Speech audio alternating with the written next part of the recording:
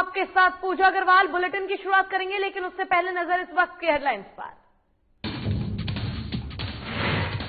लंबे इंतजार के बाद मंत्रिमंडल विस्तार पर आखिरकार बनी जेडीयू और बीजेपी में बात। नीतीश सरकार के मंत्रिमंडल का होगा विस्तार। राजभवन में कई नए मंत्री लेंगे शपथ। पटना में मंत्रिमंडल विस्तार पर बीजेपी प्रदेश अध्यक्ष संजय जायसवाल का बयान। कहा, नई छलांग के साथ मंत्रिमंडल का होगा विस्तार। पीएम मोदी के साथ बिहार का होगा तेजी से विस्तार।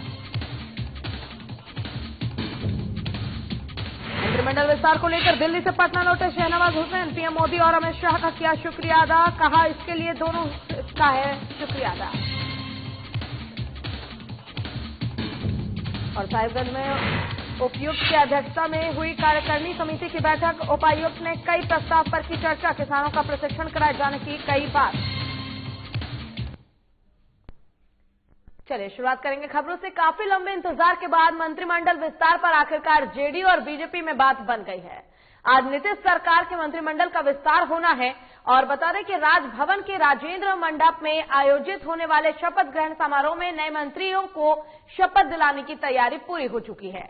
मंत्रियों के शपथ ग्रहण के दौरान मुख्यमंत्री नीतीश कुमार, डिप्टी सीएम तारकिशोर प्रसाद, उप मुख्यमंत्री रेणु देवी और विधानसभा अध्यक्ष के साथ तमाम अतिथि मौजूद रहेंगे। सूत्रों की ओर से मिली जानकारी के मुताबिक संभावित मंत्रियों को फोन कर शपथ ग्रहण की सूचना दे दी गई है। बता दें कि अभी नीतीश कुमार की कैबिनेट में 14 मंत्री हैं। बीजेपी कोटे से 7 और जेडीयू कोटे से 5। हम और वीआईपी के एक मंत्री शपथ ले चुके हैं। सीएम समेत 36 मंत्री बन सकते हैं, यानी 22 मंत्रियों का पद अभी भी खाली है।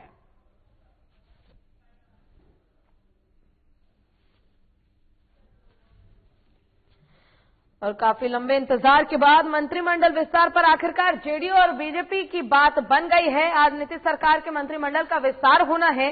राजभवन के राजेंद्र मंडप में आयोजित होने वाले शपथ ग्रहण समारोह में नए मंत्रियों को शपथ दिलाने की तैयारी पूरी हो चुकी है। मंत्रियों के शपथ ग्रहण के दौरान मुख्यमंत्री नीतीश कुमार, डिप्टी सीएम तारकिशोर प्रसाद, उप मुख्यमंत्री रेणु देवी और विधानसभा अध्यक्ष के साथ साथ तमाम अतिथि मौजूद रहेंगे। सूत्रों की माने तो संभावित मंत्रियों को फोन कर शपथ ग्रहण की सूचना दे दी गई है। बता दें कि अभी नीतीश कुमार की कैबिनेट में 14 मंत्री हैं।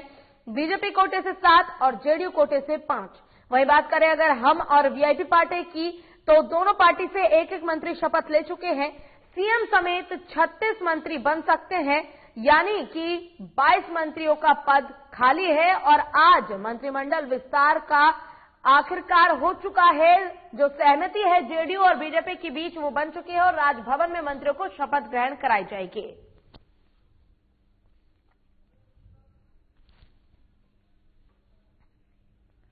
और काफी लंबे इंतजार के बाद मंत्रिमंडल विस्तार पर आखिरकार जेडीयू और बीजेपी की सहमति बनी है।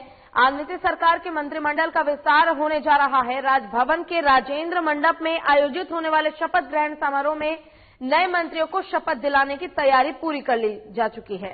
और मंत्रियों के शपथ ग्रहण के दौरान मुख्यमंत्री नीतीश कुमार, डिप्टी सीएम तारकिशोर प्रसाद, उप मुख्यमंत्री रेणु देवी और विधानसभा अध्यक्ष के साथ साथ तमाम लोग मौजूद रहेंगे।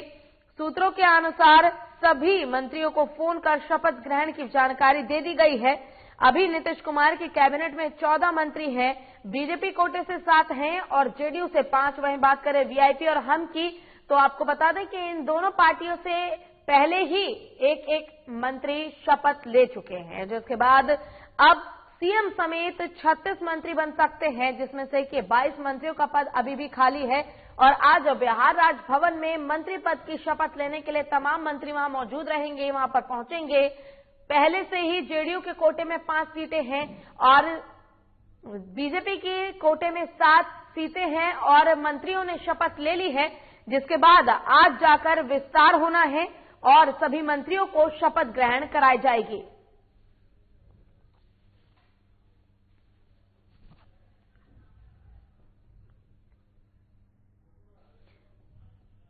लंबे समय का इंतजार अब खत्म हो गया है। मंत्रिमंडल विस्तार पर आखिरकार जेडीयू और बीजेपी की बात बन गई है। आज नीतीश सरकार के मंत्रिमंडल का विस्तार होना है। राजभवन के राजेंद्र मंडप में आयोजित होने वाले शपथ ग्रहण समारोह में नए मंत्रियों को शपथ दिलाने की तैयारी पूरी हो चुकी है। और मंत्रियों के शपथ ग्रहण के दौरान मुख्यमंत्री नीतीश कुमार, डिप्टी सीएम तारकिशोर प्रसाद, उप मुख्यमंत्री रेणु देवी और विधानसभा अध्यक्ष के साथ तमाम अतिथि वहां मौजूद रहेंगे। सूत्रों के मुताबिक सभी मंत्रियों को पहले से ही फोन करके शपथ ग्रहण समारोह की सूचना दे दी गई है और आपको ये बता दें कि आज मंत्रियों को शपथ ग्रहण कराई जाएगी। 22 पद खाली हैं, जिसको लेकर ये मंत्रिमंडल विस्तार किया गया है और आज मंत्रिमंडल विस्तार में जो जिस पद पे मंत्री होंगे उनके नाम घोषित किए जाएंगे और उनको मंत्री पद की शपथ दिलाई जाएगी।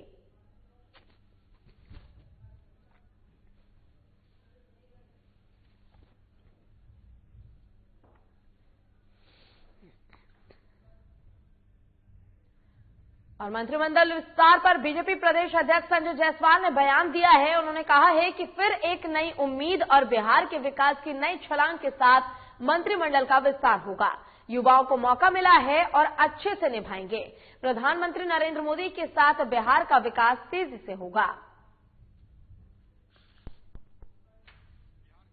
फिर एक नई उम्मीद और बिहार के विकास की नई छलांग के साथ आज मंत्रिमंडल विस्तार होगा। सभी क्षेत्रीय समीकरण और जातीय समीकरण का ध्यान रखा गया, युवा चेहरों को मौका भी दी गई। देखिए, हम टैलेंट को मौका दिया गया है और सभी अच्छे लोग थे, कुछ भाग्य भी होता है। बिहार के विकास के लिए कितनी बड़ी लाइन होगी इस बार? बिहार के विकास पर विगत 15 वर्षों में हो रहा है, पर इस रफ्तार को जब पिछले 3 वर्षों में माननीय प्रधानमंत्री श्री नरेंद्र भाई मोदी जी का साथ बिहार को मिला है तो हमें रफ्तार दुगुनी करनी ही पड़ेगी। और मंत्रिमंडल विस्तार को लेकर शहनवाज हुसैन दिल्ली से पटना लौट चुके हैं। पटना एयरपोर्ट पर पहुंचते ही शहनवाज हुसैन ने अमित शाह और प्रधानमंत्री नरेंद्र मोदी का शुक्रिया अदा किया और कहा कि वो उनका शुक्रगुजार हैं और जो उन्होंने इस लायक समझा है उनको। साथ ही साथ उन्होंने कहा कि वो 14 करोड़ जनता की सेवा करेंगे और साथ ही जो सांसद रहा है और जितने भी राजनीतिक के काम का अनुभव जो है, मुझे उन सभी चीजों का बिहार को लाभ मिलेगा।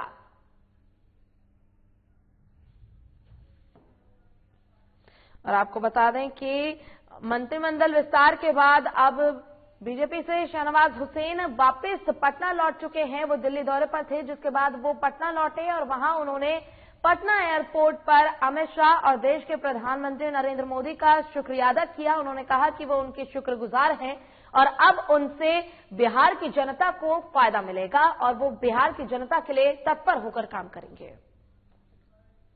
मैं अपने पार्टी के राष्ट्रीय अध्यक्ष और आदरणीय प्रधानमंत्री नरेंद्र मोदी जी का बहुत आभारी हूं कि उन्होंने मुझे इस पद के लायक समझा है। मुझे उन्होंने अपनी सरजमी का पर सेवा करने के लिए भेजा है और जो जिम्मेदारी पार्टी मुझे देने वाली है, सूचना मुझे मिली है, मैं सहर्ष पार्टी की हर बात को हमने स्वीकार किया है। मैं प्रधानमंत्री जी का आभार व्यक्त करता हूं, राष्ट्रीय अध्यक्ष नड्डा जी का, अमित शाह जी का आभार व्यक्त करता हूं कि उन्होंने मुझे अपनी सरजमी बिहार की खिदमत के लिए भेजा है।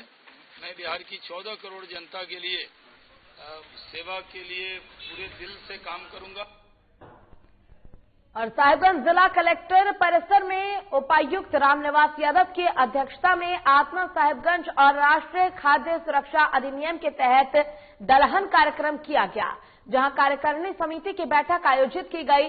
बैठक में उपायुक्त द्वारा आत्मा शासन प्रस्ताव पर चर्चा की गई और इस दौरान ऐसे में योजना साल 2020-21 में किसानों का प्रशिक्षण कराए जाने पर सर्वसम्मति से स्वीकृति प्रदान की गई और बताया गया कि Food and Agriculture Organization of United Nation Sikkim के द्वारा प्रशिक्षण कराए जाने की बात कही गई है। इसके अलावा बताया गया कि जिले के किसानों को जैसे हजारीबाग द्वारा प्रशिक्षण कराने की स्वीकृति भी मिली है और ये प्रशिक्षण अलग अलग प्रखंडों के अलावा कृषि विज्ञान केंद्र साहिबगंज में कराया जाएगा।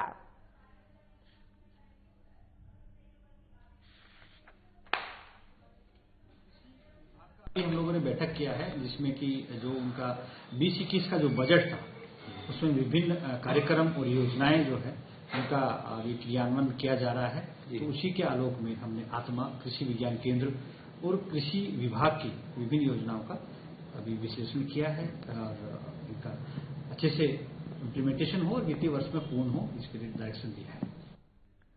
अगली खबर बूंदू से है, जहां NH-33 रांची टाटा मार्ग स्थित बूंदू टोल प्लाजा के पास परिवहन विभाग के बड़े अधिकारी ने चेकिंग अभियान चलाया। अभियान में बड़े छोटे सभी तरह के वाहनों को कागजातों की जांच की गई, साथ ही भारी वाहनों में ढोए जा रहे मालों की भी बारीकी से जांच की गई। देर रात में चलाए जाने वाले वाहन चेकिंग अभियान से कई वाहन चालक परेशान दिखे। वाहनों के जरूरी कागजातों के बगैर चलने वाले वाहनों से जुर्माना वसूलने की तैयारी भी की गई। साथ ही रजिस्ट्रेशन कागजात, insurance, driving licence, road tax, प्रदूषण सहित वाहन में लदे सामग्रियों का चालान, एक कागजातों का मिलना ऑनलाइन और ऑफलाइन दोनों तरीके से किया गया। साथ ही बगैर चालान के बालू सहित कई खनन सामग्री लेने वालों पर भी परिवहन विभाग ने जुर्माना वसूला। विभाग की टीम जो है सभी वाहनों की जांच करी, उसमें कागजातों जितने भी कागजात उसकी जांच की। तो मतलब किन किन गाड़ी को अभी क्या क्या मिला आपको? सभी गाड़ियों को सभी कागजात को वेरीफाई किया जा रहा है ऑनलाइन से, बाकी ऑफलाइन से भी जो पेपर्स दिखाए जा रहे हैं उनको वेरीफाई करें और जिसका जैसा कागजात होगा उसके हिसाब से फाइनल, बाकी कार्रवाई आगे की जाएगी। और यहाँ रुकेंगे छोटे से ब्रेक के लिए, ब्रेक के बाद जल्द होंगे हाजिर।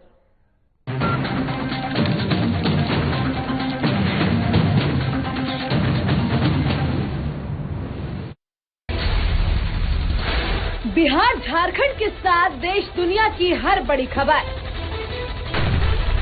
देखिए फटाफट अंदाज में शाम 7:30 बजे। खबरें सुपरफास्ट सिर्फ साधना प्लस पर।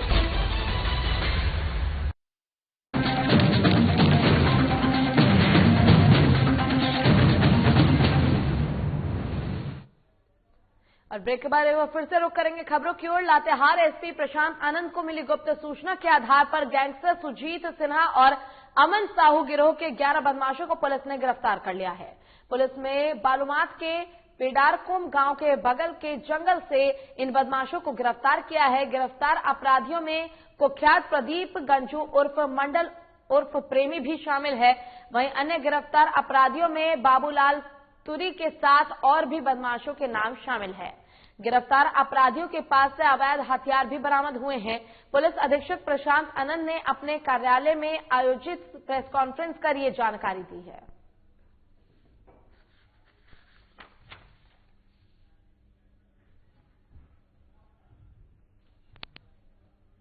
की गई है, जिसमें बाबूलाल तुरी, अजय तुरी, बंटी यादव, प्रीतम, संतोष यादव, डिम्पल यादव, वसीम अंसारी, जसीम अंसारी, मुजबुल अंसारी और जहीरुद्दीन अंसारी, इन सभी अपराधियों की गिरफ्तारी की गई। इसमें से कुछ लोग बिहार के भागलपुर जिले से भी के रहने वाले हैं। प्रदीप गंजू ने विगत दिनों कई घटनाओं को लातेहार जिले में और आसपास के कोयला क्षेत्र में अंजाम दिया था, जिसमें से कि तितरिया खार में जो फायरिंग की घटना हुई थी उसमें इस गिरोह के द्वारा 5 वाहनों को जला दिया गया था और 4 लोग उस फायरिंग में घायल हुए थे। लातेहार पुलिस के लिए महत्वपूर्ण सफलता है इस अपराधी की गिरफ्तारी से और इसके गिरोह के अन्य सदस्यों की गिरफ्तारी से लातेहार पुलिस को इस पूरे गिरोह के संबंध में। और मधेपुरा जिले में चोरों का आतंक बढ़ता जा रहा है। आए दिन लगातार कहीं न कहीं चोरी की घटना होती रहती है। आपको बता दें कि मधेपुरा जिले के मुरलीगंज थाना में महज कुछ ही कदमों पर चोर ने एक जनरल स्टोर की दुकान में चोरी की घटना को अंजाम दिया, लेकिन पुलिस प्रशासन के कानों में जू तक नहीं रेंगी। और पीड़ित दुकान मालिक जब सुबह आया तो देखा कि उसके दुकान का दरवाजा टूटा हुआ था और जब अंदर जाकर देखा तो दुकान में रखा सामान बिखरा पड़ा था, जिसके बाद स्थानीय प्रशासन को सूचना दी गई। जिसके बाद जांच करने पहुंची पुलिस ने अज्ञात के खिलाफ मामला दर्ज कर जल्द कार्रवाई करने की बात कही है।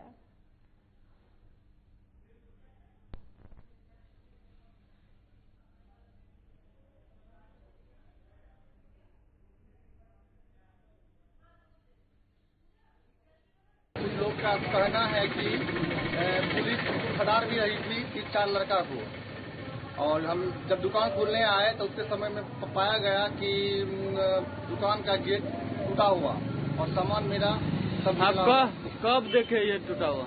सुबह 9:30 बजे। कैसे पता चला जो 12 बजे की घटना होगी?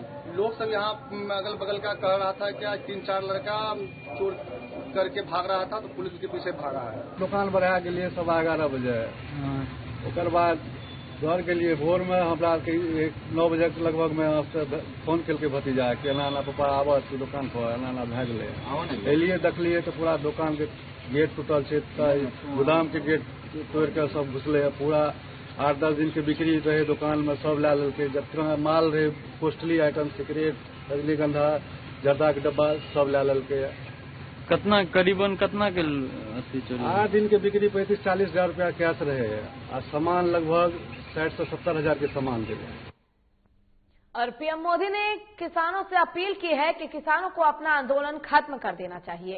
एमएसपी था, है और रहेगा। इस पर बिहार के उप मुख्यमंत्री तारकिशोर प्रसाद ने अपनी प्रतिक्रिया दी है। उन्होंने कहा है कि प्रधानमंत्री खुद भी काफी संवेदनशील हैं और भारत के आम जनता के प्रति उनकी संवेदनशीलता है। उन्होंने जो आग्रह किया है वो कृषि और किसानों के हित में ध्यान रखते हुए किया है।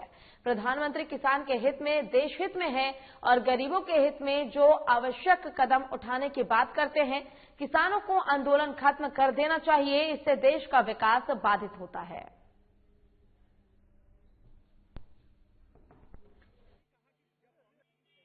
एवं किसान के व्यापक हित को देखते हुए किया है।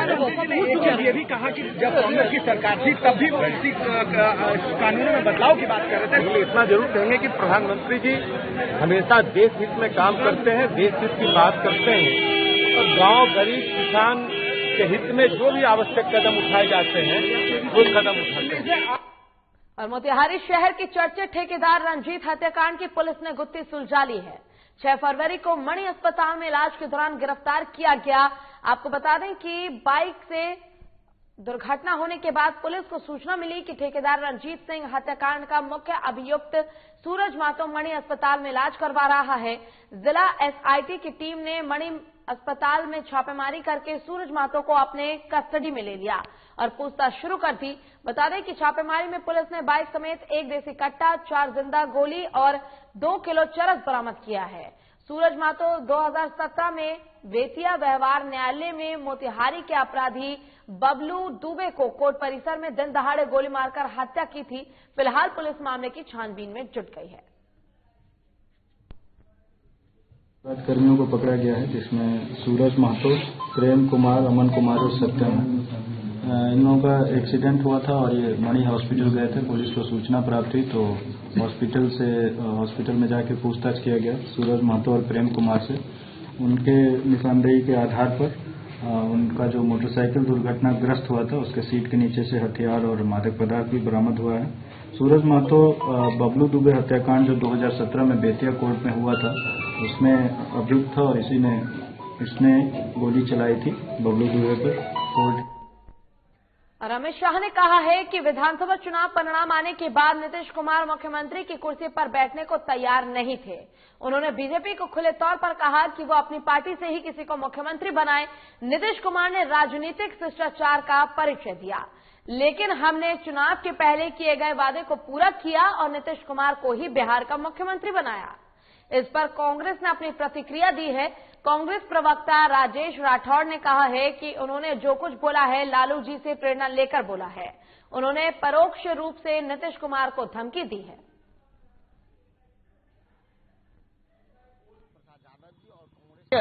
अमित शाह जी 2 परिप्रेक्ष्य में कहे हैं। अमित शाह जी और भारतीय जनता पार्टी किसी के वादा नहीं निभाती है। उनको पता है कि नीतीश कुमार जी को 2015 में भी आरजेडी से कम सीटें आई थी, बावजूद आरजेडी सुप्रीमो लालू प्रसाद यादव जी और कांग्रेस पार्टी ने उन्हें मुख्यमंत्री बनाया था। इस बार भी भारतीय जनता पार्टी से कम सीटें हैं तो अमित शाह जी उन्हें मुख्यमंत्री बनाए, ये बड़ी बात नहीं है। वो जो कुछ भी बोले हैं लालू जी से प्रेरणा लेके बोले हैं, लेकिन सबसे बड़ी बात है कि नीतीश कुमार जी को धमकी दिए हैं कि नीतीश कुमार जी फड़फड़ाइए मत। कि कई बार बोल दिए थे कि भारतीय जनता पार्टी प्रस्ताव नहीं दे रही है मंत्रिमंडल के विस्तार का, इसलिए हम मंत्रिमंडल का विस्तार नहीं करते। इसी पर उन्होंने धमकी भरे लहजे में कहा कि नीतीश जी आपकी सीटें काफी कम है, बावजूद हम आपको मुख्यमंत्री बना के रखे हैं। तो उन्होंने इसी हिसाब से कहा है ताकि नीतीश कुमार दाएं बाएं नहीं झांक पाए। और बेगूसराय में मकई के खेत में एक 20 साल की लड़की का शव मिला है और शव मिलने से इलाके में सनसनी फैल गई है। घटना डंडारी थाना क्षेत्र के राजोपुर गांव की है। वहीं शव की पहचान राजोपुर गांव निवासी बीए की छात्रा अनु कुमारी के रूप में हो गई है। परिजनों का आरोप है कि प्रेम प्रसंग में गांव के ही राहुल कुमार ने छात्रा को बुलाकर दुष्कर्म के बाद उसकी गोली मारकर हत्या कर दी है। साथ ही परिजनों ने कहा कि अनु की शादी 21 फरवरी को तय थी और इसी बीच उसकी गोली मारकर हत्या कर दी गई। वहीं छात्रा कल शाम से लापता थी और आज सुबह उसका शव मकई के खेत से पुलिस ने बरामद किया है। इस संबंध में मुख्यालय डीएसपी ने बताया कि छात्रा का शव मकई के खेत से बरामद कर लिया गया है, जिसकी गोली मारकर हत्या कर दी गई थी। साथ ही पुलिस सभी बिंदुओं पर जांच कर रही है।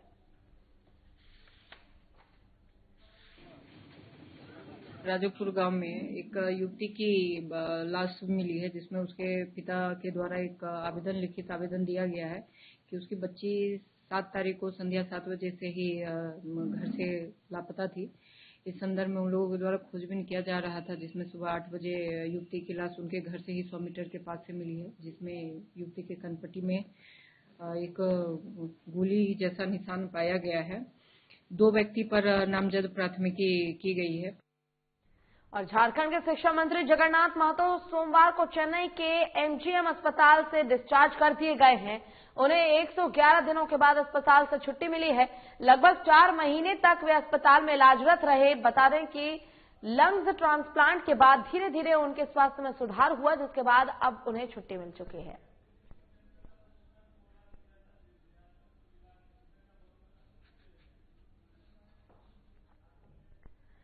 और राजधानी रांची की चर्चित सूफिया परिवहन हत्याकांड का 13 दिन में खुलासा हुआ है। बता दें कि रांची के ओरमांझी से सरकटी महिला का शव बरामद किया गया था। इसी मामले को रांची पुलिस द्वारा 13 दिन के अंदर हत्याकांड का खुलासा कर दिया गया है। और डीजीपी एमवी राव ने सोमवार को रांची एसएसपी सुरेंद्र कुमार झा समेत शामिल अन्य पुलिसकर्मियों को प्रशस्ति पत्र देकर सम्मानित किया। डीजीपी ने 15 जनवरी को झारखंड पुलिस मुख्यालय में एक प्रेस कॉन्फ्रेंस आयोजित कर कहा था कि ओरमांझी हत्याकांड का खुलासा करने में शामिल पुलिस अधिकारियों और पदाधिकारियों को सम्मानित किया जाएगा।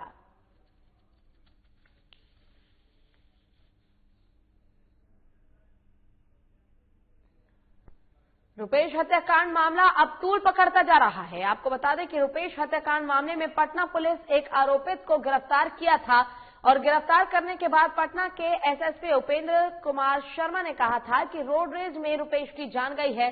रोड रेज के कुछ दिन बाद ऋतुराज ने रुपेश को गोली मार दी। इसके बाद वहीं ऋतुराज की पत्नी ने आरोप लगाया है कि पति के सामने ही ऋतुराज की पत्नी को पुलिस के द्वारा पीटा गया और भद्दी भद्दी गालियां भी दी गई।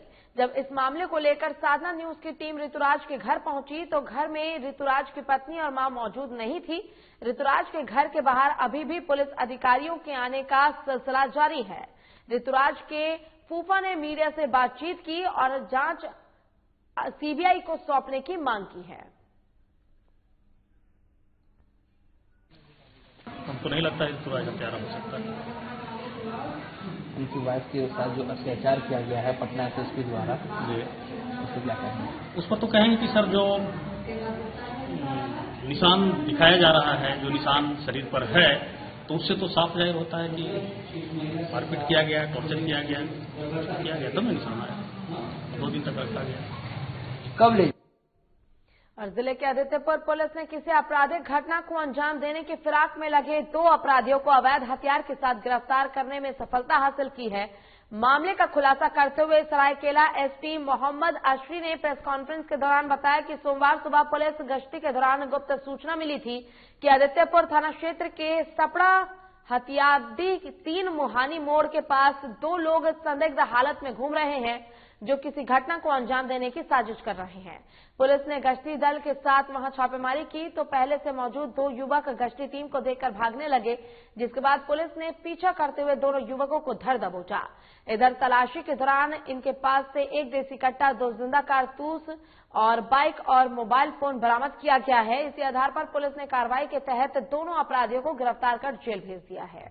और सरायकेला एसपी मोहम्मद अर्शी ने बताया कि गिरफ्तार दोनों अपराधियों के पिछले आपराधिक इतिहास को खंगाला जा रहा है। इसके बाद इन पर अन्य मामले की तहत में कार्रवाई की जाएगी।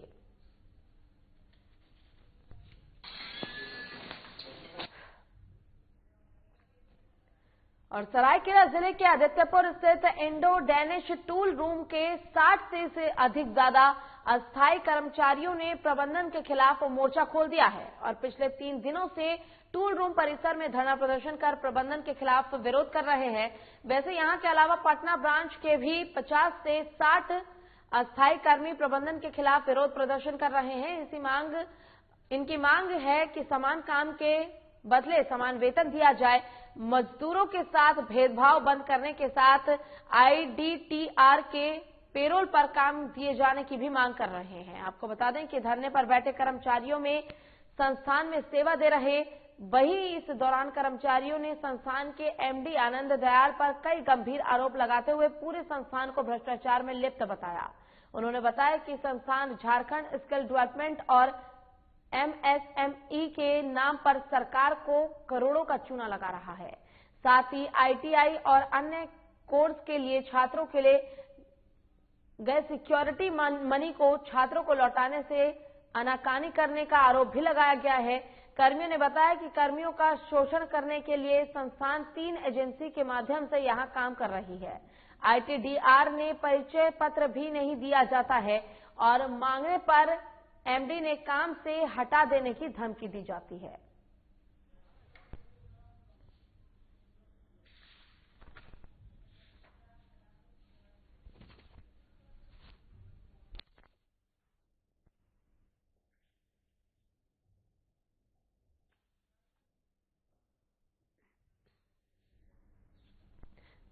अगली खबर जामताड़ा से है, जहां सदर अस्पताल में राष्ट्रीय तंबाकू नियंत्रण कार्यक्रम के तहत स्वास्थ्य विभाग ने ANM सहिया और MPW को 1 दिवसीय प्रशिक्षण दिया। बताते चले कि सरकार अब नशा मुक्ति के लिए सहियाओं के माध्यम से लोगों के बीच जागरूकता फैला रही है और नशा मुक्ति जिला बनाने पर जोर दे रही है। साथ ही स्कूल, कॉलेज और अन्य जगहों में दीवार लेखन प्रचार कर सभी को जागरूक करना जा रहा है। तंबाकू सेवन से किसी का घर ना उजड़े और ना ही शारीरिक के साथ आर्थिक नुकसान हो, इस पर सरकार ध्यान दे रही है। नियंत्रण कार्यक्रम के अंतर्गत हम लोगों ने जामताड़ा एवं नारायणपुर प्रखंड के सभी ANMs, सहिया और MPW को बुलाया है। इसमें जितने भी तंबाकू के दुष्प्रभाव जो हमारे जीवन यापन में सबसे बड़ी जो दिक्कतें करती है उनको वो बताया जा रहा है कि अपने अपने लेवल से, जैसे वो कोई भी अगर ANM नर्सेस कुछ भी स्क्रीनिंग करती है, कोई भी डिजीज का स्क्रीनिंग करती है, उसके साथ वो तंबाकू के स्क्रीनिंग की करेंगे। स्क्रीनिंग करने से क्या होगा, जो भी आज हम लोग देख ही रहे हैं कि कितने भी परिवार बर्बाद होते हैं इस तंबाकू। और इसी के साथ फिलहाल के लिए इस बुलेटिन में बस इतना ही। खबरों का सिलसिला लगातार आगे भी जारी है। आप देखते रहिए साधन प्लस। नमस्कार।